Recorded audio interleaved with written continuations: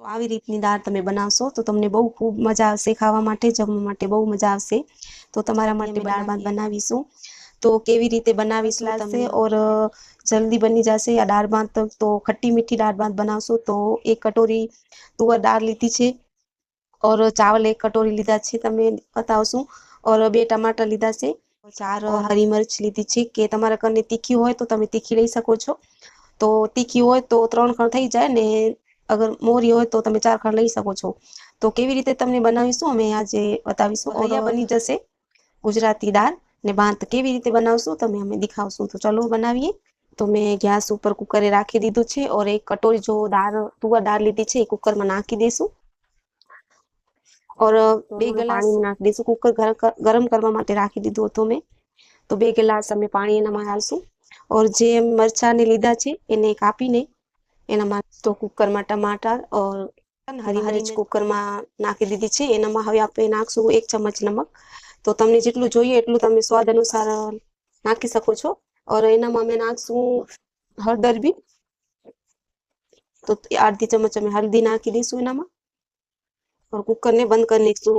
તો 2 સીટીમાં તો થઈ જશે અમારી દાળ, તો કુકર બંધ કરી નાખશું હવે। તો કુકર બંધ કરીને 2 સીટીમાં થઈ જશે આપણી દાળ, પછી તમે આપણે વઘાર નાખશું। તો અમારી દાળ થઈ જાય ત્યાં સુધી અમે ચોખાનું વઘાર નાખશું। કેવી રીતે નાખશું તમને આ બતાવીશું અમે।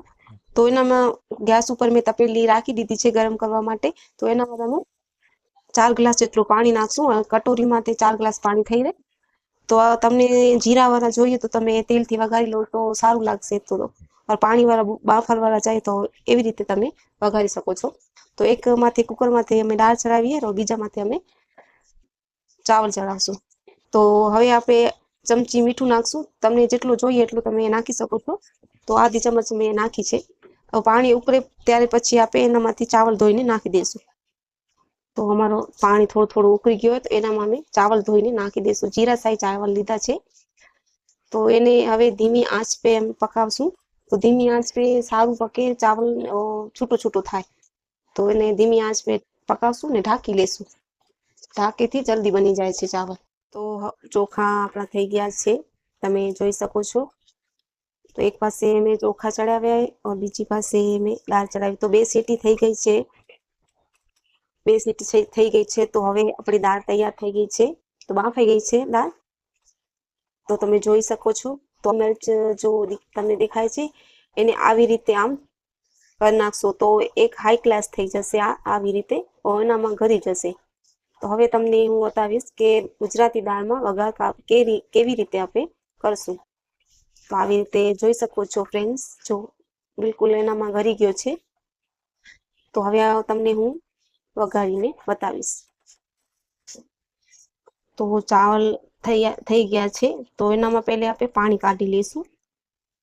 તમે જોઈ શકો છો આવી રીતે પાણી કાઢી લઈશું। પાણી આવી રીતે અમે ચોખા કાઢી લીધા છે, તમે જોઈ શકો છો છૂટા છૂટા બન્યા છે। ધીમી આંચ पे તમે બનાવશો તો આવી રીતે છૂટા છૂટા બનશે और ચપાટી બની જશે।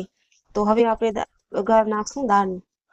તો તપેલી રાખી દીધી છે ગેસ ઉપર, તો આપણે નાખશું 2 ચમચા જેટલું તેલ નાખશું, એને ગરમ કરવા રાખશું થોડી વાર, એનામાં વઘાર નાખશું આપણે। તો કેવી રીતે નાખશું તમે બતાવું છું। તો અમારો તેલ થોડું એક મોટી ચમચ રાઈ નાખશું, 1 ચમચ મોટી નાખી છે રાઈ, એને થોડી પકાવવા રાખશું। રાઈ ફૂટી ગઈ છે, એનામાં આપણે નાખશું 1 હિંગ। હિંગથી ક્યાંય દાળ સરસ લાગે છે और હિંગથી પેટ બી ના દુખે। और એનામાં આપણે નાખશું કડી પત્તા, મીઠા લીમડા બી તમે કહી શકો છો, और 2 મિર્ચી और 1 તેજ પત્તી લીધી છે और થોડું ગરમ મસાલો લીધો છે, તમે જોઈ શકો છો। और એનામાં અમે નાખશું સિંગદાણા થોડા જેવા, 2 ચમચી જેટલા સિંગદાણા। તમને જોઈએ તો તમે દાળમાં બી નાખીને બાફી શકો છો। और એને થોડી દેર પકાવશું, ધીમી આંચે આપણે પકાવશું। और એનામાં નાખશું આપણે થોડી હલ્દી और 1 ચમચ જીરો નાખશું, માથેથી જીરો નાખશું और એ વઘાર આપણે દાળમાં નાખી દઈશું। તો આ થઈ ગયો છે તૈયાર। તો આ વઘાર આપણે દાળમાં નાખી દઈશું આવી રીતના और એને હલાવશું થોડી દેર, પછી એનામાં આપણે કુકર ગેસ ઉપર રાખી દઈશું। તો એને થોડી દેર ગેસ ઉપર રાખી દઈશું और આમ ચલાવશું આપણે। તો તમે જોઈ શકો છો ગાળી બની છે, તો આપણે જોઈ છીએ પતળી દાળ ભાત માટે આપણે પતળી દાળ બનાવીએ તો સારી લાગે ખાવા માટે।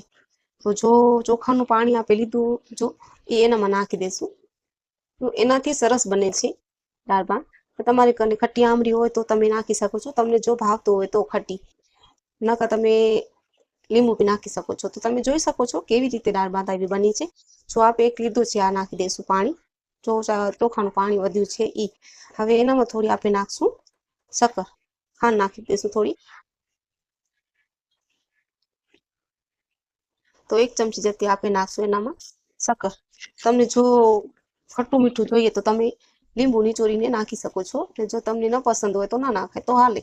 તો આવી રીતે સે બનાવશો તો તમને બહુ સારી લાગશે और टेस्टी भी बनશે। આ દાળ ભાત ગુજરાતી દાળ આવી રીતે બનાવો તો તમને જલ્દી બની જાય और ખાવામાં તમને મજા આવે। તો જોઈ શકો છો ફ્રેન્ડ્સ કેવી રીતે અમે બનાવીએ એવી રીતે તમે બનાવો તો કમ સમયમાં બધું બની જશે તમારા માટે ખાવાનું। તો થોડી દેર અમે આપણે ઉકળવા રાખશું। તો અમારી દાળ ગુજરાતી ખટ્ટી મીઠી દાળ ઉકળી ગઈ છે और તૈયાર થઈ ગઈ છે, તમે જોઈ શકો છો। નથી પાણી જેવી બિલકુલ और નથી ગાળી, તો મીડિયમ સાઇઝની આપણે બનાવી છે। તો તમે જોઈ શકો છો કેવી રીતે બની, બહુ સરસ ખુશ્બુ આવી રહી છે। તો તમારા કને આરા ધનિયા હોય તો તમે નાખી શકો છો। તો એવી રીતે તમે બનાવશો તમને ખૂબ સારી લાગશે और ખાવામાં તમને મજા આવશે।